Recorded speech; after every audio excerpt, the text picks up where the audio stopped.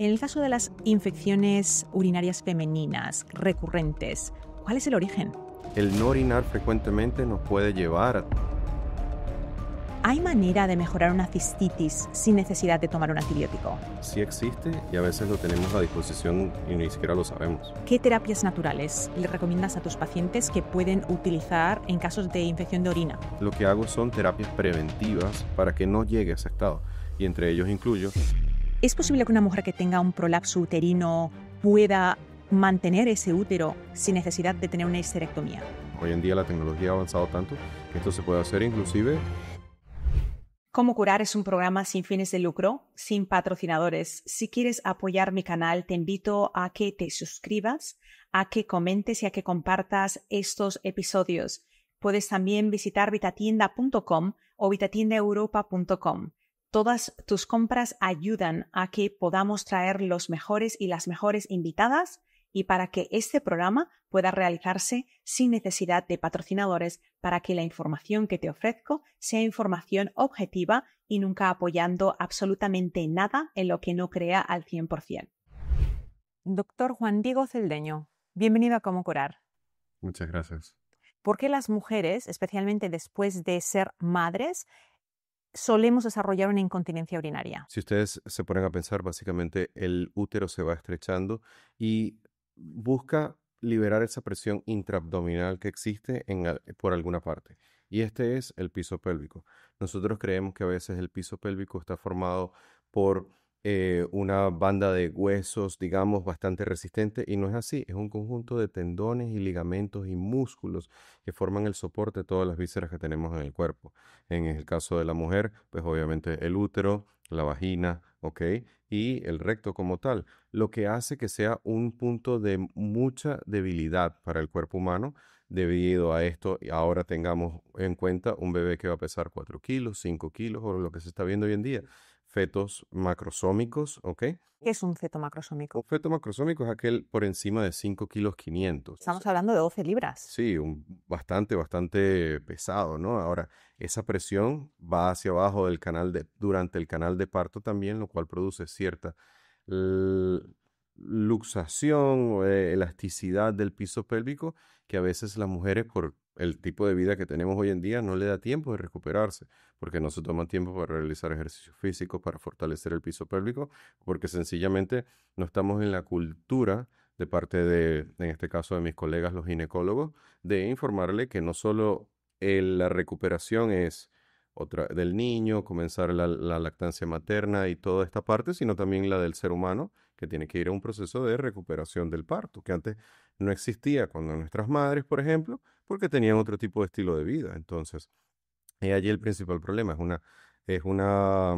elongación de lo que serían los músculos, tendones y ligamentos del piso pélvico que causan una debilidad de él, produciendo una salida de los órganos que tenemos ahí, bien sea la vagina, bien sea la vejiga o bien sea inclusive el recto. Cuando estamos hablando de la vejiga y esa incontinencia, ¿eso ocurre solo en las mujeres o también hay incontinencia urinaria en los hombres? Existe de los dos tipos, tanto en el hombre como en la mujer. Muchas de las grandes diferencias entre la del hombre y la mujer es que la de la mujer viene acompañado con un descenso o una caída, en este caso, de lo que sería la pared anterior de la vagina, que se llama un cistocele, ¿ok? Hacia el exterior, produciendo que no haya un buen alineamiento de los ejes, como digamos, estamos a nosotros alineados, produciéndose que la uretra no esté en la misma posición, habiendo incontinencia. En cambio, en el hombre es un poco más distinto, es una incompetencia del esfínter, ¿ok? Que es el conjunto de músculos que tenemos alrededor de la uretra que produce la contracción, ¿ok? Es más común verlos en la mujer, pero el hombre también lo padece. Es de allí donde hay técnicas quirúrgicas y no quirúrgicas muy individualizadas tanto para el hombre como para la mujer. Esa uretra donde el orín sale, Ujú. ¿hay ejercicios específicos que se pueden hacer para fortalecerla o no puedes hacer nada si tienes incontinencia? Sí, sí, de hecho, la Sociedad Americana de Urología, en el caso de la incontinencia urinaria, tanto del hombre como de la mujer, en el primer paso, ¿ok? Con un grado leve, all right, en ese caso, recomendamos hacer terapia del piso pélvico. Y hoy en día es algo que está muy de moda, puesto que es la principal estrategia que tenemos no invasiva, ¿ok? No quirúrgica. el cual ayuda muchas veces a disminuir el grado de incontinencia a un punto que a lo mejor el paciente o digamos el ser humano, ¿ok? Se siente adecuado como queda y no es necesario tener que intervenir, hacer una intervención quirúrgica. Alright. Lo mismo ocurre con el hombre. Fortalecimiento del piso pélvico lo ayuda a controlar problemas no solo de incontinencia, sino también lo que antes se llamaba prostatitis. Porque hoy en día se sabe que la prostatitis, por lo menos en el hombre, puede ser un problema del piso pélvico, una inflamación de los músculos que tenemos en el piso pélvico, que el cuerpo no sabe diferenciar si lo que me duele es la próstata o el isquio cavernoso, por lo menos. ¿Y ¿Ok? cuál es la diferencia entre uno y el otro? Entre uno y el otro simplemente es el origen de donde viene el problema, ¿no? Habiendo dicho esto, es muy difícil, no, no es fácil para el paciente como tal diferenciarlo.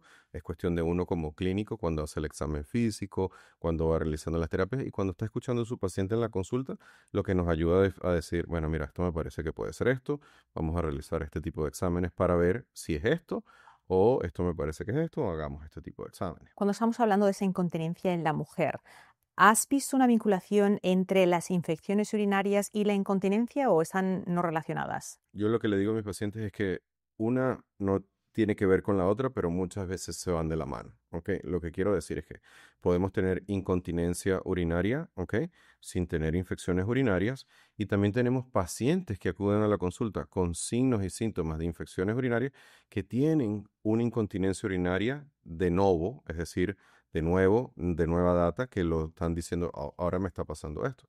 Y muchas veces en los dos diagnósticos, lo que tenemos que hacer es un examen de orina a ver qué está ocurriendo y empezar con un tratamiento de algo. En el caso de las infecciones urinarias femeninas recurrentes, ¿cuál es el origen? Ese es uno de los principales motivos que van a mi consulta a los pacientes. Es increíble cuánto cantidad de mujeres vienen por el mismo tema que a veces me provoca es colocar a todos los pacientes en un solo cuarto y dar una charla, porque él es como un play que hago.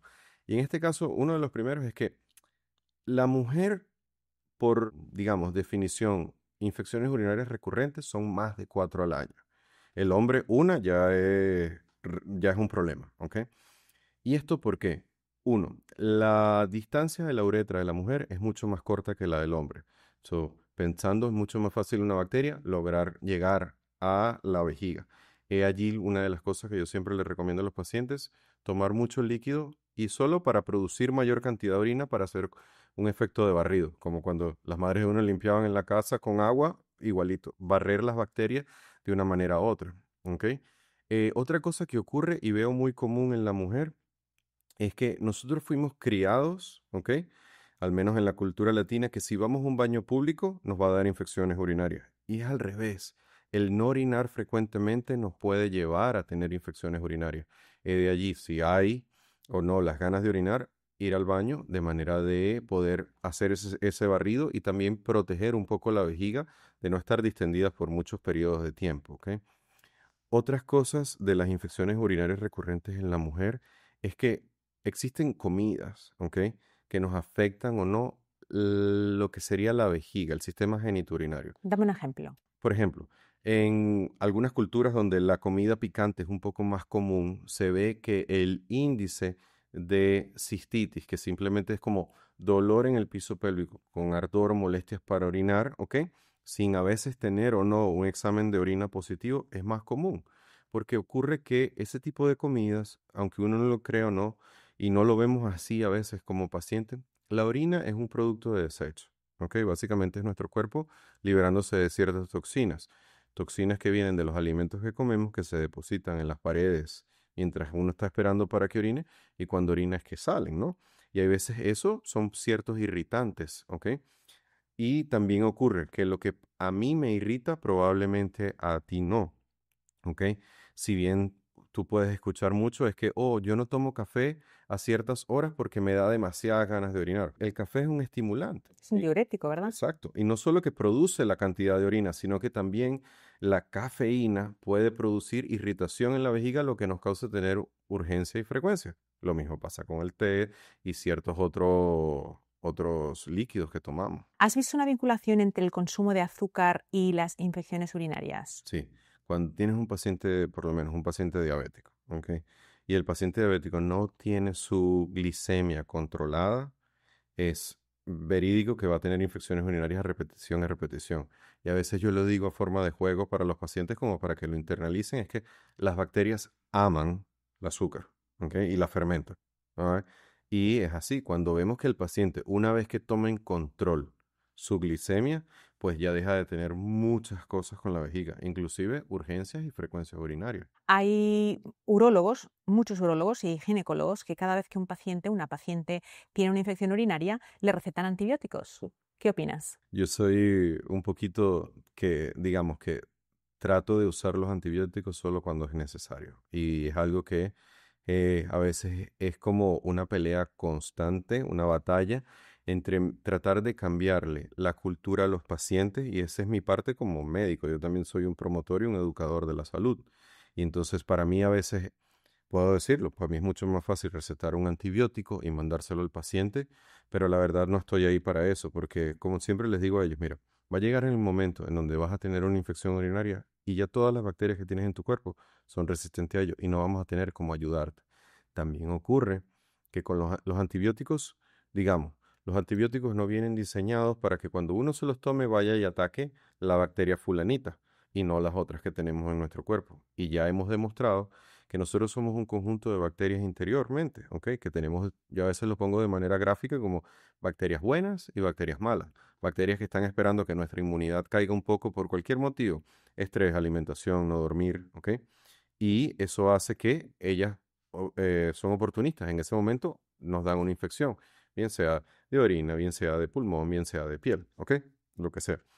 Entonces, cuando nosotros damos antibióticos, no solo estamos eliminando esas bacterias malas, sino también eliminamos bacterias buenas que tenemos que nos ayudan a ciertos procesos digestivos, ciertos procesos metabólicos que todavía poco a poco la ciencia ha estado descubriendo. He ahí la vital importancia de que cuando nosotros tenemos alguna sintomatología con la orina, lo mejor no es ir y buscar el antibiótico que nos quedó del tratamiento tal o que mi amiga o que fulanita, mi vecina, tiene en su despensa, sino de ir a un centro clínico, bien sea un médico primario, un médico de familia, un internista o también un urólogo, ginecólogo, y hacerse un examen de orina, ¿ok? Hay muchos pacientes que a lo largo de su vida han lidiado con este problema y ya tienen miedo y pavor de estos síntomas que tengo, no tomar antibióticos. Y a veces es mejor decirle, no, mira, vamos a hacer esto, toma mucha agua, vamos a tomarnos el examen de orina y el cultivo y ver qué aparece. ¿Qué terapias naturales que no son antibióticos le recomiendas a tus pacientes que pueden utilizar en casos de infección de orina? Más que infección, ya cuando tienes infección con signos clínicos como dolor y ardor para orinar, fiebre, escalofríos, urgencia, frecuencia, y cuando ya se torna orinar no placentero, ¿ok? Es cuando yo hago un cultivo y si el cultivo sale positivo, mando antibióticos. Del resto, lo que hago son terapias preventivas para que no llegue a ese estado. Y entre ellos incluyo lo que serían las pastillas de arándanos o cranberry, ¿ok? La cual han demostrado que en ciertos pacientes ayuda mucho porque sobre todo permite que las bacterias que tienen como unos pelitos que se llaman pilis, ¿ok? No se fijen al epitelio, a la vejiga como O tal. sea, como que las debilita Exacto. las piernecitas que Sí, tienen. no permite que ellas entren, y entonces ayuda mucho, ¿ok? Otra cosa es que a mí me gusta mandar probióticos porque también sé que estos pacientes han estado tomando antibióticos frecuentemente y eso no ayuda a contrarrestar. Y como hay una alteración de lo que se llama hoy en día la microbiota, que es el microbiome, ¿ok? Cuando tomamos antibióticos, esto es como reestablecer esa flora bacteriana buena que tenemos que nos ayuda. Otra de las cosas que le digo a los pacientes es que tomar mucho, mucho líquido, ¿ok? Mucho líquido con lo mismo para tratar de ir barriendo.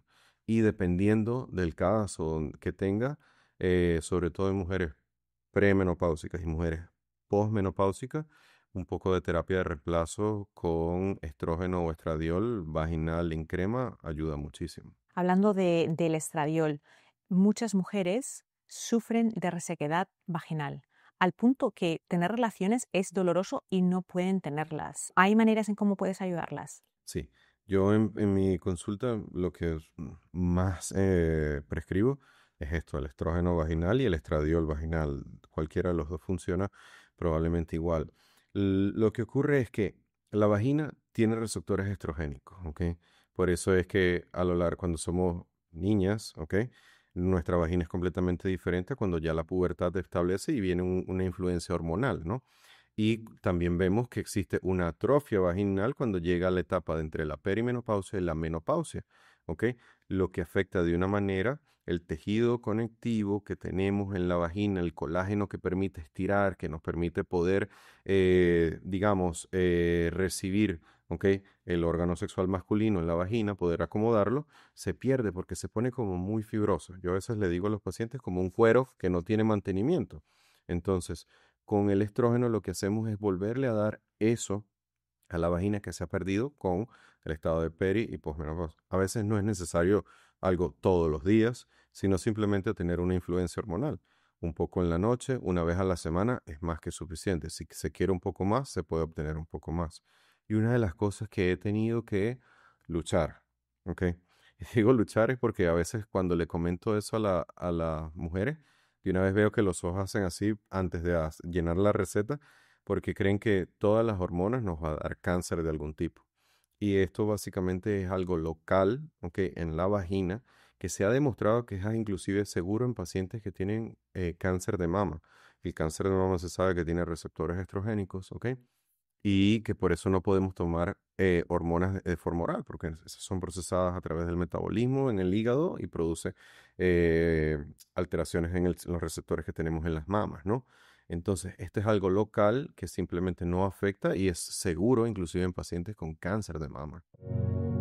Si tienes dolores que no sentías antes, sientes que tu peso está estancado y te supera la idea de cómo empezar a cuidarte, te invito a que te unas a mi reto de 10 días Renova Detox. Recibirás una lista de más de 100 alimentos aprobados, recetas sencillas antiinflamatorias para desayunos, comidas y cenas, vídeos motivadores exclusivos y acceso a un grupo de apoyo. Entra en vitatienda.com o vitatiendaeuropa.com. Por solamente 10 euros o $10 consigue tu guía y da el primer paso hacia una vida más sana diciendo no a las sentencias médicas. Hay unas condiciones relacionadas casi siempre con pospartos, ocasiones que quizás no, tú lo sabrás mucho mejor que yo, que son los prolapsos. Prolapso uterino, prolapso de la vejiga, prolapso del recto. ¿Qué haces cuando una paciente, tiene un prolapso uterino y que muchas veces esos prolapsos luego vienen acompañados de otros prolapsos porque han estado ahí por tiempo? Sí. Bueno, con respecto a los prolapsos, hay diferentes grados, ¿no? De grado 1, 2, 3 y 4 es lo máximo, ya cuando hay una eversión completa del útero, ¿ok? Que literalmente la paciente llega con el útero fuera de la vagina, ¿no? Igual ocurre con la vejiga que desciende sin tener que mover el útero y se viene completamente afuera, que a veces en lo que se hace el examen físico y uno separa los labios mayores, lo que ve es la pared de la vejiga allí. Igual ocurre con el recto, la fascie que separa lo que sería la vagina del recto se debilita con el tiempo, el esfuerzo, el estreñimiento, produciendo una herniación del recto dentro de la vagina, ¿ok? Lo que a veces trae como consecuencia incontinencia fecal, incontinencia urinaria, ¿ok? Y a veces produce dispareunia, que es dolor durante el acto sexual, ¿ok? Lo que tenemos es que cuando hacemos la evaluación, poder ver de dónde viene el problema. Si viene de la vagina, viene de la vejiga o viene del recto. En este caso, depende del grado la terapia que se va a usar. No en todos los casos es necesario, ¿ok? Hacer cirugías radicales, ¿ok? O no en todos los casos, simplemente con una crema vamos a resolver el problema o con terapia del piso pélvico. Cada tratamiento hay que individualizarlo. ¿En qué? En el paciente que tenemos al frente. No es lo mismo tratar una abuelita que es mal candidato para cirugía y que tenga un prolapso muy grande, a tratar a una mujer relativamente joven, de unos 40 o más, que ha tenido múltiples paridades y tiene este problema hoy en día que le está afectando su vida matrimonial de alguna forma u otra, sexual como tal.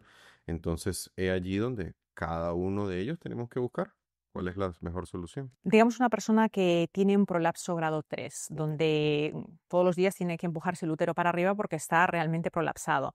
Tiene rectocil, ¿cómo se le dice? Recto cele. O sea, que tiene esos prolapsos ya avanzados. ¿Qué tipo? Ahí me imagino que ejercicios Kegel y cremitas no van a ayudar, que ya tienes que robóticamente ir y manipular esos tejidos. ¿Qué haces? Hay muchas opciones para tratarlo. Hay que tener en cuenta la paciente que tenemos al frente de nosotros, ¿no? ¿Por qué? Como dije anteriormente, digamos, es una persona que ya, vamos a establecerlo en dos cosas, todavía está en la etapa de poder tener hijos o no, o simplemente ya tu paridad pasó y no quieres tener más hijos.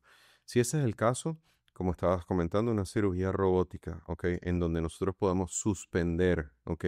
El cuerpo del útero o remover el cuerpo del útero y al mismo momento con una colocación de malla suspenderla y anclarla en el hueso sacro, ¿ok? Se puede realizar sin ningún problema. Hoy en día la tecnología ha avanzado tanto que esto se puede hacer inclusive outpatient, o sea, de forma ambulatoria, ¿ok? Existen otras donde no necesariamente tenemos que remover el órgano, pero sí podemos usar tejidos nativos que tiene para poder fijarnos y de esa manera anclarlo. Hay un ligamento sacro, ¿ok? Que es el sacro espinoso, que cruza como una cuerda de guitarra lo que sería la punta del sacro a la espina ilíaca aquí en la pelvis, ¿ok? Y en él uno puede colocar puntos de sutura que nos permite traccionar y volver a restablecer el útero en la posición donde está. Y funciona muy bien. Los pacientes básicamente en 6 semanas ya pueden volver inclusive a tener relaciones, ¿ok? Y es algo que también se realiza de forma ambulatoria.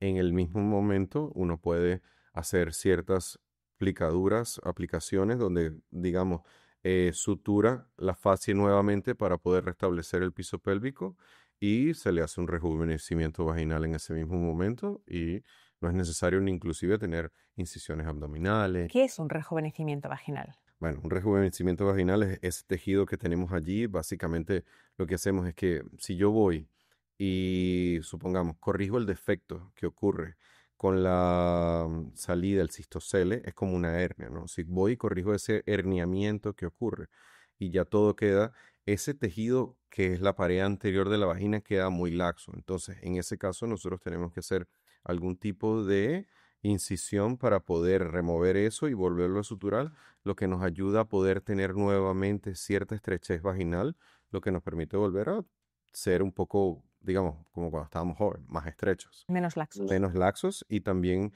que no se vea desde el punto, porque a veces uno va, corrige todo y queda, digamos, eso hacia adelante, que a veces a algunas mujeres definitivamente no les gusta, pues. Ujú. Entonces se puede hacer de esa manera. También existen hoy terapias vendidas con láser, que ya, pero eso sí es otro tipo de tema. En esas operaciones, vamos a poner el caso de una mujer, 40, 50 años, ya ha terminado de tener hijos, pero quiere conservar todos sus órganos. No quiere tener una extirpación, no quiere tener una histerectomía. Dime cómo funciona esa operación robótica, esas mallas. ¿Es algo que cualquier mujer semisaludable o bastante saludable puede hacerlo? ¿Hay restricciones? Estamos hablando aquí de una mujer entre 40 y 50 años, adulta. La verdad, no tiene restricción alguna, ¿ok? Ojo, si no existe problemas cardiovasculares que no te permiten poder tener anestesia, ¿ok? Es lo único. Pero, inclusive en ese caso, tienes las opciones como anestesia locorregional espinal, ¿ok? Que pueden permitirte. Es algo que hay que evaluar, para eso una valoración cardiopulmonar. Pero el resto de lo que ellas funcionan es que, imagínate que son como una Y, ¿ok? Como una letra Y en donde una cara anterior de malla se coloca por la parte baja del útero y una cara, la posterior, digamos, y la anterior encima, lo cual uno sutura a esas dos paredes y permite tracción y lo fija a un elemento que tenemos en la pelvis, en este caso el periósteo, que es lo que cubre el hueso sacro, ¿ok? Uno lo fija allí, sin tratando de, obviamente, no lastimar algún nervio o algún vaso sanguíneo que haya en la zona, y eso nos permite volver otra vez y tener todo en el sitio. Y funcionan de maravilla, ¿ok? Hoy en día, como te estaba comentando, inclusive son ambulatorios, que lo hacemos y se van el mismo día, y esa es la gran ventaja de la cirugía robótica, que nos permite poder realizar intervenciones que antes podíamos realizar, no más rápido, y a veces me dicen eso los pacientes, pero sí mínimamente invasivo y mucho menos dolor. ¿Qué longevidad tiene ese tipo de operación? bueno, ya hoy en día la data inclusive hasta 20 años o más. O sea que muchas mujeres nunca más van a tener que hacerse nada. Probablemente, ¿ok? Dependiendo. Ahora, cabe destacar que no puedo englobar a todos, ¿ok? Hay que ver también qué has hecho tú con tu cuerpo. Si eres una persona obesa, pues obviamente la tasa de éxito es un poco menor, porque es mucha presión. O sea, cuando hablamos de una persona que tiene obesidad, eso crea, porque a veces pensamos en la obesidad como algo externo, Ujú. pero internamente, ¿cómo crea un impacto en ese piso pélvico? Yo a veces les digo a los pacientes que, mira, a veces nos creemos que somos muy grandes por fuera, pero realmente por dentro somos muy pequeñitos, porque no es que el cuerpo de uno se hace más ancho con la obesidad, sino que simplemente uno le pone capas y capas de tejido, tejido que es peso. Peso con la gravedad va hacia algún lado. Y el punto más débil que tenemos en el cuerpo humano es el piso pélvico, especialmente en la mujer, que es mucho más ancho por la capacidad que tienen de poder pasar el bebé durante el canal de parto, ¿no? Entonces, esa zona como tal se va debilitando, bien sea no solo por la paridad, sino también por la obesidad, porque es peso que va allí. De hecho, no necesariamente hace falta ser obeso para tener problemas del piso pélvico. Se ha visto que en niñas que han practicado gimnasia rítmica, en donde están brincando constantemente, ¿ok? Que producen los tejidos se ponen más laxos, más débiles o se estiran, tienen mayor episodio de incontinencia en la edad adulta, ¿ok? So, no es algo que está solamente relacionado, es una debilidad del piso pélvico que se ve agravado obviamente con el peso. Doctor Celdeño, el impacto, los ejercicios de impacto, hoy en día los ejercicios HIIT que requieren un impacto intenso pueden tener un efecto negativo si no estamos, no digo dejar de hacerlos, pero hay maneras de saltar en las cuales tú amortiguas ese salto. ¿Cómo afecta eso a las personas que tienen un suelo pélvico debilitado o que tienen incontinencia o que tienen cualquier problema de prolapso? Esa es la típica mujer que llega a la oficina de uno, usualmente llega vestida con ropa de gimnasio, y entonces me dice, doctor, cada vez que yo estoy en una clase de HIIT, cuando brinco, cuando salto, escapa un poquito de orina. Y es eso, esa es una debilidad. En ese caso, lo más recomendable es realizar terapias para fortalecer el músculo. ¿Qué terapias? Terapias del piso pélvico. Los physical therapists, ¿ok? Son los que nos ayudan y empiezan, obviamente, digamos, los famosos ejercicios Kegel, pero de la misma manera que ejercitan también otros músculos, con pesas o algo, también producen, hay ejercicios de resistencia para el piso pélvico, ¿ok? Que, digamos, ya hoy en día con YouTube y todos los canales, ¿Cómo se hace un ejercicio de resistencia para el suelo pélvico? existen pesas, ¿ok? No puedo imaginar dónde pones las pesas. Ahí lo dejo a interpretación del público. O sea, no, pero tenemos que En el decirlo. canal. En el Sí. canal vaginal se ponen pesas. Ujú, sí. Entonces, ¿el ejercicio consiste en hacer qué? Apretar para tratar de que no resbalen algunas de ellas. Otras también son ciertos movimientos en dirección del miembro inferior, ¿ok? Que permiten fortalecer cierto músculo que se encuentra en el piso pélvico. Entonces, depende de la dirección, también cómo abramos o cerramos las piernas, ejercicios de banda con resistencia a nivel de los muslos, ¿ok? Donde básicamente, digamos, el paciente abre y cierra para fortalecer cierto músculo que está dirigido. De la misma forma que por lo menos nosotros fortalecemos el vasto anterior del hombro, el medio o el posterior, igualmente hay ciertos en el piso pélvico que se enfocan en eso. Y de eso pueden haber programas completos, básicamente. Me parece interesante porque muchas veces a muchas mujeres se nos hace, y me incluyo en ese grupo, se nos hace difícil saber, estoy haciendo los Kegels correctos, incorrectos, pero si en realidad tienes insertado unas bolitas o lo que sean esas pesas, vas a saber si no lo estás haciendo bien de inmediato, ¿verdad? Porque se van a caer. Sí. También existen cosas como por lo menos se llama el biofeedback, ¿ok? Que es una terapia que usa uno muchas veces en la oficina, donde se colocan sensores en el área y se le dice al paciente, ok, contrae y vas a ver que por lo menos diferentes programas, uno que si una bolita sube y la mantienes en algún lado, ¿ok? De manera de poder establecer, ¿ok? Ese ciclo neurológico entre la mente y el músculo, ¿ok? Y de esa manera, ok, ya sé que si hago así, esto sube, significa que estoy apretando esto. Es que a mí me cuesta una barbaridad. Yo creo que puedo hablar como representante de muchas mujeres. Estaré presionando bien, lo estoy haciendo mal, estoy utilizando, no puedes utilizar los glúteos, tienes que utilizar, es bien complicado. Sí. Es muy complicado. Inclusive también cuando uno le dice a los hombres, ok, trata de hacer esto. Y ves que uno mismo ve cuando no están usando el músculo correcto, contraen el recto en vez del el piso pélvico y ciertas cosas. Y es de allí también que existan pacientes que, no, que yo tengo problemas al orinar y cuando les pides, ok, para ver, haz tal cosa, ves que es que no relajan el piso pélvico para orinar. Entonces son personas que no tienen problemas per se obstructivos ni nada, es simplemente que tienen una incoordinación de los músculos del piso pélvico y son los que nosotros llamamos dysfunctional voiders, como los que orinan de manera disfuncional. Y esos son los que uno, cuando manda terapia física, regresan, que lo abrazan a uno y todo, porque yo nunca he podido orinar toda mi vida, o a veces me dice, yo he sido muy penoso, yo no puedo orinar en baños públicos. Entonces, con la misma pena que están orinando, por lo menos, están orinando y contrayendo y nunca relajan. Entonces, son esas personas que nunca han podido orinar de manera efectiva. ¿Tú crees que hay personas que quizás piensen que tienen un problema de próstata, pero en realidad lo que tienen es un problema de no controlar esa musculatura de orín? Sí hay, ¿ok? No digamos que es una gran mayoría, pero un pequeño porcentaje de los pacientes que dice, oh, yo creo que tengo un problema de próstata. Y entonces uno le pregunta, ¿pero por qué? Cuéntame.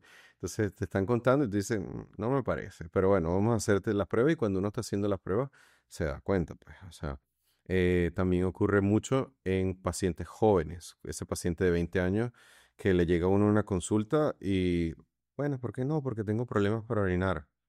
Es muy raro que sea un agrandamiento prostático a esa edad. ¿Ok? Si no puede ser que sean personas que orinan de manera disfuncional. Juan Diego, hay personas que dicen que estar en el baño intentando hacer heces por más de X minutos tiene efectos negativos en todo el piso pélvico. Sí. O sea, no por casualidad, ¿ok? El diseño de las letrinas es el que es, ¿no? Porque simplemente es una posición donde nos pone vulnerables para poder relajar el piso pélvico. Entonces, hoy en día se está viendo mucho, ¿ok? No puedo hablarlo desde mi punto de vista, pero sí tengo amigos cirujanos colorectales, ¿ok? Que me dicen que esos son unas hemorroides del TikTok o del Instagram, porque la gente pasa horas sentadas viendo TikTok o Instagram, antes era leyendo el periódico, ¿ok? Y lo que ocurre es que hay un éxtasis venoso, por lo menos en ese caso, que él no se mueve, o hay una debilidad del piso pélvico y hay muchos prolapsos rectales, en el caso de la mujer, prolapsos del piso pélvico, debido a esto, pues a que pasa mucho tiempo allí. Lo que usualmente mi papá, por lo menos que le deja gastroenterólogo, me decía, tú toca y te vas, tranquilo en el baño, haga esto y se va, lea en el sofá, lea en la silla, y yo, bueno, es verdad. ¿Cuánto tiempo dirías que es el máximo que una persona debería estar sentada en el inodoro? Si una persona le está tomando, digamos, más de 5 minutos, alright, por lo menos para hacer sus deposiciones, es porque hay algún problema. En ese caso, es un problema seguramente de estreñimiento y eso hay que tratarlo, ¿ok? ¿Cómo se trata? Pues tomando agua, tomando no laxantes como stool softener, algo que haga las heces un poco, o muchas Citrato de fibras, magnesio. citrato de Genial. magnesio, o las mismas fibras, ¿ok? Ayudan muchísimo. Y es algo muy importante. Si uno tiene que hacer un esfuerzo, ¿ok? Para poder hacer algún tipo de necesidad, bien sea orine o bien sea tener una deposición, es porque algo está pasando. Eso debería ser un acto realmente. ¿Sabes dónde no tienen ese problema? ton- En China. ah, ¿Sabes que todos los baños, o sea, todos los baños en lugares económicamente mejor y peor, todos son como los baños que teníamos hace 100 años, donde tienes que a cuclillas como un animal, o sea, como los animales van al baño, y ahí yo digo, cuando estuve en China, yo dije, aquí esta gente tú no ves TikTok cuando estás yendo a cuclillas. no, porque ¿cómo puede? Imposible. Te agarra. Y las estadías en el baño son rápidas, o sea, ahí no hay cola en el baño de mujeres ni tampoco en el baño de hombres, porque es entrar y tienes que ponerte a cuclillas. Tú has visto que yo sé que no eres, no trabajas el recto, trabajas el área uróloga, pero ¿tú crees que el tener una buena posición ayuda a desechar mejor? A eso exactamente venía, pero te me adelantaste. Si ves cuando uno se agacha un poco más, el eje de las piernas, digamos, el del fémur, No es de manera paralela como el de los baños que tenemos en casa, sino es más en ángulo de 45 grados. Hay estudios que muestran que eso rectifica un poco el recto sigmoide, permitiendo mucho mejor las deposiciones, ¿ok? Es por eso que ahora hoy en día vemos que están vendiendo unos banquitos que nos ayudan a subir un poco las piernas para eso. Y es una maniobra que también se usa al momento del parto, ¿ok? O al momento de hacer cirugías de uretra en la parte baja, de uretra en la parte baja muy pegada al recto, que nos permite poder girar y rotar las caderas de una forma que nos permite un poco más de exposición. O sea que tú recomendarías, yo soy obsesa con eso. Tengo, de hecho, cuando voy a un hotel, yo voy buscando cubos de basura, porque claro, no van a tener un banquillo, pero siempre utilizo un cubo de basura tumbado porque ya son tantos años acostumbrada a elevar las piernas. Pero muchas personas que tienen problemas de estreñimiento, problemas de no defecar bien, problemas de urinarios, elevan las piernas y todo parece... Mejorar. Sí. Existen hoy en día que venden unos banquitos que son portables, que los doblas, ¿ok? Tienen, básicamente es como un paralelepípedo, y los abren, los ponen y ya, se los llevan de viaje en la... Voy a tener que llevar uno de esos, si no voy robando los cubos de la basura. No, yo los voy movilizando. Si voy al hotel digo, aquí tiene que haber un cubo de basura en algún lugar que pueda llevar en el baño. Uno busca la altura que uno le... Sí, porque entonces lo tumbo y pongo los piececitos ahí, eso me ayuda. Oye, otra pregunta.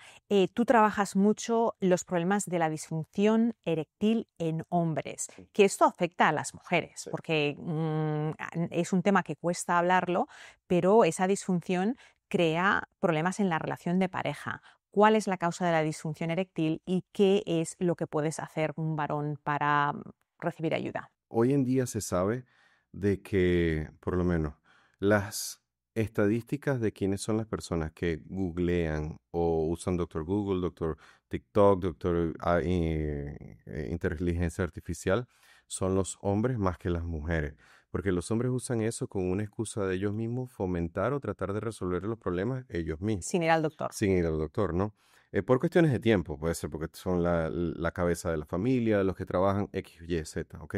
Pero mucho de eso, especialmente en la disfunción eréctil, se ve y está relacionado al tipo de mentalidad que tenemos. Es tan difícil para un hombre llegar a ver a un especialista como yo en el área de las disfunciones eréctil que le toma entre 4 a 7 años para poder ir a ver un urólogo para poder ser tratado, ¿ok? 4 7 años que esos son, digamos, yo les digo a ellos que tú estás en la sombra. Porque cuando te vas al bar con unos amigos a tomar una cerveza, no puedes ni comentarlo porque tienes miedo de que te hagan bullying o jueguen contigo.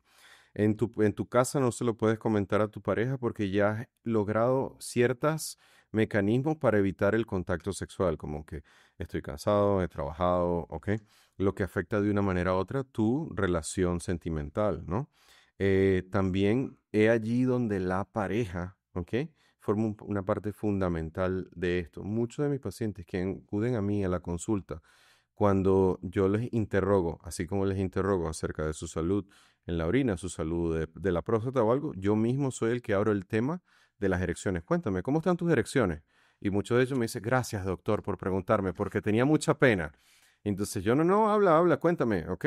Y entonces hablamos de eso y terminan súper contentos y muchas veces acuden con la esposa o la pareja. Y cuando acuden con la esposa o la pareja en ese momento, para mí es muy sencillo hablarlo porque de una vez cuando les pregunto, mire, ¿cómo están las erecciones? Yo no miro, yo no ni volteo a verlos, veo a la pareja y la pareja de una vez me dice, o ponen una cara diciendo que no, y ahí los voy tratando. So, la pareja es fundamental en este problema, ¿ok? Sirve de apoyo no solo también en la parte, digamos, de llevar al hombre a la consulta, supongamos, sino también en la parte psicológica del hombre. Fuimos entrenados, ¿ok? Como hombres, especialmente en nuestras culturas latinas, que si ya esto no funciona, ya dejamos de ser hombres. Y la verdad no es esa. La disfunción eréctil tiene que ser visto, ¿ok? Como un problema igual que es la obesidad, igual que es la diabetes, igual que es la hipertensión, igual que son inclusive la depresión o los problemas psicológicos, ¿ok? Hoy en día estamos en el siglo XXI y deberíamos normalizar un poco el problema de las erecciones y hablarlo de forma espontánea. Ojo, tengo este problema. Hoy en día no es como antes que tendríamos que hacer intervenciones radicales. Hoy en día inclusive con una pastilla podemos promover la vida sexual de un paciente. Y hay veces que yo le digo a los pacientes cuando me vienen a mí, ojo, tú acabas de tener cirugía de corazón abierto, acabas de vencer el cáncer de próstata, acabas de vencer un cáncer de recto, un cáncer de vejiga, ¿ok? ¿Y para qué hacemos todo esto? Para poder prolongar tu vida, pero eso no viene solo, porque nada hago con prolongar tu vida y que estés deprimido y que no puedas volverte a enfocar en las cosas importantes que teníamos antes, como el sexo, ¿ok? Entonces, hoy en día tratamos nosotros como urólogos, especialmente en mi área, de hablar de no solo aumentar la expectativa de vida, sino la expectativa sexual. Y de allí vienen muchos temas, pues. Si has usado colágeno esperando efectos anti-envejecimiento, es probable que no hayas notado ningún cambio. La mayoría de colágenos pueden ayudarte a reducir el dolor o al crecimiento de las uñas y hacerlas más fuertes. Allí, el tamaño de la molécula de colágeno no importa porque los fibroblastos de esas áreas las absorben. Sin embargo, cuando estamos hablando de activar la producción de la piel porque queremos estar más jóvenes, necesitamos moléculas mucho más pequeñas. Mira, el colágeno, una vez lo consumimos, tiene que pasar del intestino a la sangre donde se transporta. Ahí tiene que empezar a cruzar capas de piel hasta llegar a la dermis, donde se encuentran los fibroblastos que son lo que producen tu propio colágeno. Estimular los fibroblastos de la dermis activa la producción de tu propio cuerpo. Eso es lo que ocurría cuando tú tenías 20 años y con los años los fibroblastos pierden esa habilidad porque no están estimulados. Por eso he creado Silk Collagen, el primer colágeno activado con extractos de seda. Sus moléculas son tan pequeñas que logran estimular los fibroblastos de la piel, creando una tez más luminosa, líneas más finas y una piel más firmes, con efectos notables en 30 días. Prueba Silk Collagen, visita vitatienda.com o vitatiendaeuropa.com. Entra el código Cómo Curar y recibe un 10% de descuento en tu primera compra. Vamos a desmitificar algunos tabús que existen sobre la sexualidad en pareja y en los hombres. Vamos a hablar primero de cuántas erecciones debería tener un hombre saludable y hasta qué edad. La edad no tiene límite, ¿ok? La verdad, la edad no debería ser un problema porque sí, de hecho, hay muchos hombres que a sus 80 años todavía tienen erecciones. A lo mejor no tan fuertes y no tan frecuentes como cuando teníamos 15 años, que ni siquiera podíamos controlarlo. Pero sí una erección que sea lo suficientemente para poder penetrar, ¿no? Ahora, eh, lo normal es que siempre que nosotros quedamos y hay un motivo, hay un momento, tener una erección debería ser satisfactorio, ¿no? Los hombres normalmente tenemos erecciones nocturnas que deberían ser la norma. ¿Cuántas erecciones nocturnas? Por lo menos una o a tres, así sea poca, eso nos ayuda. Usualmente es durante el ciclo REM del sueño, ¿ok? En donde tenemos una erección nocturna que a lo mejor si rompemos el ciclo del sueño se baja, pero la tenemos, ¿ok? Eso nos dice a nosotros de que hay la posibilidad de que cuando tengamos un estímulo lo suficientemente correcto, ¿ok? Vamos a poder permitir, ¿ok? Pero eso de que a mí a veces me pasa con los pacientes, no, doctor, es que ya yo estoy muy viejo para esto, igual se los digo a las señoras, ¿ok?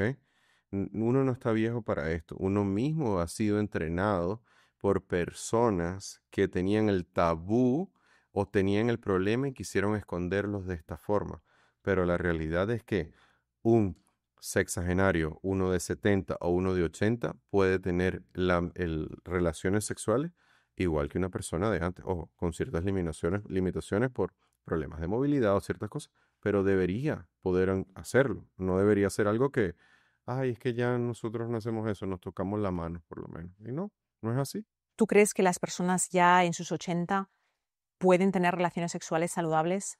Sí, o sea, por lo menos una vez a la semana, ¿ok? O más, ¿alright? Pero sí pueden, ¿ok? Los he visto, ¿ok? ¿En cuáles son esos? Usualmente es ese paciente que llega a la consulta y tiene 80 años y cuando abro la puerta o cuando leo el papel digo, 80 años. Y cuando abro la puerta digo, wow, yo quisiera ser tú a los 80. Porque es una persona activa, es una persona que no tiene vicios, ¿ok? Es una persona que no fuma usualmente, ¿ok? Es una persona que se ve bien físicamente en el aspecto constitucional, no es una persona obesa, ¿ok? Muchos de los problemas de disfunción eréctil viene de la obesidad o porque son problemas cardiovasculares. Es una persona que tiene un estilo de vida saludable y que no es que lo tiene a último momento, lo ha tenido durante su vida entera y lo ve que tiene un grado de flexibilidad, un grado de movimiento bastante amplio. Y uno, cuando me lo dicen, se los creo, no es algo que me está inventando por mí. Y eso es típico, o sea, todos vamos a llegar a esa edad, uno en mejor o peor condición. Depende de uno cómo quiere llegar a los 80, cómo quiere llegar a esa edad, ¿no? Los hombres, conforme van haciéndose más mayores, van perdiendo la testosterona. El apoyo con testosterona puede ayudarlos a ser más viriles, a mantener esa agilidad sexual. Muchos pacientes vienen a la consulta como que, oh, tengo problemas con la testosterona. Y cuando yo los interrogo, ¿pero por qué? No, porque ya no tengo erecciones como antes. Entonces le digo, mira, eso es un mito, ¿ok? La testosterona es la hormona que nos diferencia de la mujer, ¿ok? ¿En qué aspecto? Es lo que nos hace a los hombres ser hombres. Tener una fisionomía completamente distinta a la mujer. Ser mucho más fácil poder producir músculo. Tener ese líbido alto, ese apetito sexual, ¿ok? Ojo, si tienes la testosterona baja, pues no tienes tanto apetito, lo que hace que no puedas tener erecciones. O sea, pero no es la causa o el problema. Muchos de mis pacientes a veces los chequeo, a veces, yo les chequeo la testosterona y tiene 700, 800, un número que tú dices, wow, pues, si tú pudieras regalarle a alguno de mis pacientes sería bueno, ¿me entiendes? Entonces, sí influye en el libido, En las ganas. en las ganas, en el deseo, pero no está relacionado de la mano con tener disfunción eréctil. O sea, la disfunción eréctil es un mecanismo, o sea, es la parte mecánica. Ujú. Y el deseo es la parte hormonal. Exacto, hormonal, mental, física que uno tiene, pues, o sea, no hay digamos, no hay una erección sin tener un deseo, ¿ok? Uno de los invitados que tuve recientemente nos habló específicamente de eso, del deseo, y me contó que incluso malas experiencias, una mala experiencia que un hombre no pudo tener la erección correcta en una situación y a partir de entonces tiene una disfunción fisiológica. Sí, o sea, es como todo, sobre todo ocurre mucho en los pacientes jóvenes, ¿ok? ¿Por qué en los pacientes jóvenes? Son ese momento cuando uno está experimentando la vida y va a tener sus primeras relaciones sexuales y muchas veces esas primeras experiencias pueden definir el futuro de nuestra vida sexual completamente, porque hay veces que ocurre que algo traumático pasó y simplemente entran como lo que yo llamo en un bucle mental que no salen de allí, no salen de allí, no salen de allí porque ese momento les limitó completamente y es por ello que parte del tratamiento que uno ofrece es, mira, yo creo que deberías ir a un terapista sexual, no por mal, sino para que te ayude en esto y aquello. Porque muchas veces esos pacientes no tienen una disfunción eréctil de origen orgánico, sino es básicamente psicológico. Y es como se llama anxiety performance, que es ansiedad de poder realizar el acto. Esa misma ansiedad te lleva no solo a disfunción eréctil, sino también a problemas de eyaculación precoz. Entonces, es por eso tan importante que nosotros tengamos que, uno, fomentar un parte de la educación sexual a todo nivel, ¿ok? Y dos, como que tratar de esas experiencias, sobre todo al principio, ser las que son. También ocurre que a lo largo de la vida, de repente tengo pacientes que me dicen, oh, no, yo era bien, yo era, digamos, el macho vernáculo, pero me pasó algo y ya, a partir de ahí, doctor. O a veces dice, no sé, mi pareja, vamos a decirlo así, me echó brujería. Porque a partir de ella, No, no te creo, a sí. partir de ella no ha pasado esto. Y yo, ok, mira, ven acá, no te preocupes, vamos a trabajarlo. Muchos de mis asistentes se ríen porque a veces me dicen, tú eres como medio psicólogo. Yo le digo, claro, es que a veces lo que uno quiere escuchar es una persona que le dé un poquito de confianza para poder empujarlo y seguir adelante. Entonces, me da mucha risa porque en mi clínica, mi oficina como tal, los pacientes después es como, entran como en un club, quieren ser mis amigos, mis amigos solo para hablar de cosas. Yo, bueno, mira, algún día salimos y entonces hablamos, porque después tengo otros pacientes y entonces, bueno, es así. Oye, pero qué bueno que les dedicas tiempo. ¿Tú crees que hoy en día, en este sistema médico que tenemos, especialmente en Estados Unidos, pero yo creo que es a nivel casi global, donde el médico tiene 8 minutos o 12 minutos para ver a un paciente, ¿crees que podemos hacer la labor que se debe hacer para un paciente con esos ventanitas de tiempo? No, o sea, no porque es un problema más extenso, ¿ok? O sea, digamos, así sea cualquier cosa, inclusive. eh, Vamos a poner un ejemplo, cálculos renales, ¿ok? Que lo veo en mi consulta. Ese paciente que viene, o la mujer con infección urinaria o problemas de prolapso, en 8 minutos yo no le puedo dar un masterclass. ¿me entiendes? Porque al final cada vez que yo veo un paciente con un problema es darle una clase a un nivel un poco sin datos científicos, sino explicarlo y no se puede. Lo que yo he hecho, por lo menos, es que toda la gente que me está ayudando durante mis días de oficina y de clínica, es que tengan información, estén conmigo para que empiecen a hablar, de manera de que cuando yo vengo a hablar con ellos, ya mi grado de información sea un poco menor porque ya han sido. Y muchas veces me dicen, sí, doctor, ya ella me lo dijo. Sí, doctor, ya ella me lo dijo. Y para mí, la verdad, es una gratificación porque no hay éxito sin tener una gente atrás que lo va ayudando, pues. Si ahora tú tuvieras el poder de cambiar el currículum médico, tú has hecho la carrera 2 veces, en Venezuela y en Estados Unidos. Sí. ¿Qué cambiarías? Tuve la oportunidad, pues, de ver dos sistemas públicos completamente distintos y realmente, digamos, debería tratar de dedicarle un poquito más de tiempo al paciente, ¿ok? Entiendo que en sistemas como aquí en Estados Unidos no nos permite porque está dominado por compañías, ¿ok? Por seguros, donde dice esto es lo que vale tu trabajo, ¿ok? Y a veces uno por tratar de llevar el pan a la casa, porque igual soy médico, lo entiendo, hice un pacto, ¿ok? Hice un juramento donde básicamente mi vida pertenece al paciente, ¿ok? Pero también tengo una familia, tengo una vida y tengo cuentas que pagar, igual que todo el mundo. Entonces, hay veces que uno tiene que ver muchos pacientes para poder tratar de llevar supongamos, un gasto de lo que ocurre en la oficina, muchas cosas, ¿no? Entonces, ¿qué sería? Uno, que el control fuera tomado realmente desde el gremio médico, porque la verdad puedo hablar desde mi punto de vista y estoy seguro que es el de muchos de mis colegas como médicos. Nosotros no queremos ver 40, 50, 60 pacientes al día, porque realmente no le dedicamos el tiempo a todos los pacientes que necesitamos, ¿ok? Y lo otro es que para nosotros también es extenuante tener que ver 50, 60 pacientes al día. Si yo pudiera ver 12, te puedo asegurar que voy a regresar a mi casa mucho más feliz, mucho más contento, el paciente también, y muchos de los problemas de salud médica, de salud pública, ¿ok? Que tenemos hoy en día, se pudieran resolver con eso. También ocurre en otros sistemas, como en Europa, donde la salud pública, donde ven 12 pacientes al día, no se da abasto. Entonces, es allí donde el sistema de salud perfecto no existe, ¿ok?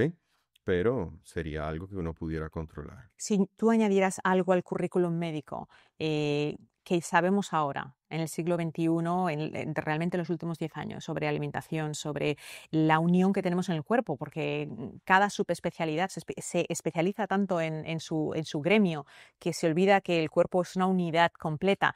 ¿Qué añadirías? Yo creo que tratar de darle más importancia a la psique, a los pensamientos, ¿ok? Al poder de la Al mente. poder de la mente, ¿ok? Porque es verdad, muchos pacientes que vienen a consulta no tienen enfermedad, digamos, orgánica, No hay una patología que tú puedas diagnosticar. sino que tienen un problema de ansiedad, un problema que lo generan a infecciones urinarias, a dolor pélvico, muchísimo. Dolor pélvico con ansiedad, o sea, ojalá los psiquiatras y los psicólogos fueran directos allá, porque ayudarían a muchos pacientes. También eso mismo lleva problemas de dispareunia, disfunción eréctil, dolor pélvico al momento del acto sexual. Mucho de eso. Y de allí te puedo decir que también enfermedades cardiovasculares, la hipertensión, el estrés como tal, todos somos víctimas de estrés a diario. Y sería algo donde sería bueno poder seguir desarrollando eso, porque se ha visto que en culturas que manejan eso mucho mejor que nosotros, realmente tienen un desarrollo de vida mucho más placentero. Doctor Celdeño, tanto tú como muchos otros especialistas que han pasado por el programa, todos parece que volvemos ese denominador común, el estrés, manejar el estrés correctamente. ¿Cuál sería tu consejo para esos pacientes que viven estresados? Honestamente, no sería la mejor persona. Tuve la oportunidad tengo la oportunidad de tener algo que me mide el estrés como tal. Y lo único que me he dado cuenta es increíble el nivel de estrés que maneja uno como médico y sobre todo al momento de la cirugía.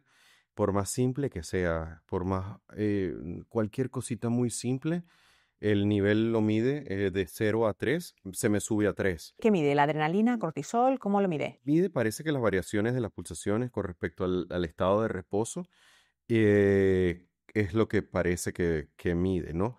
Y lo que veo es que así sea algo, todo está enfocado en ese momento allí, pero al parecer mi mente como que no para allí porque estoy allí y también estoy pensando en el paciente que acabo de ver, en esto, en la casa, en que si mi perrita comió o no comió, que sí, qué le pasó, todo esto. Entonces, si uno pudiera, honestamente, bajarle la velocidad al mundo en que vivimos hoy en día, creo que muchos de nosotros seríamos sumamente felices. Muchas gracias por estar en Cómo Curar, por enseñarnos que hay soluciones proactivas que deberíamos tomar y por darnos esperanza de que muchas condiciones se pueden mejorar. Muchas gracias a ti por tenerme en tu programa. Un placer. Si eres nueva a este canal, te invito a que te suscribas. Cuando te suscribes, no solamente me ayudas a poder alcanzar a más personas, sino que me estás diciendo al hacer eso que mi labor que hago informativa, comunicadora sin fines de lucro, sí te importa y que quieres que siga realizándola y que siga trayendo a invitados y a invitadas de calidad que nos ayuden a resolver problemas con alternativas a la medicina convencional y con soluciones basadas en ciencia que nos puedan ayudar. Espero que puedas suscribirte, que me ayudes a compartir y nos vamos a ver en el próximo episodio. Gracias.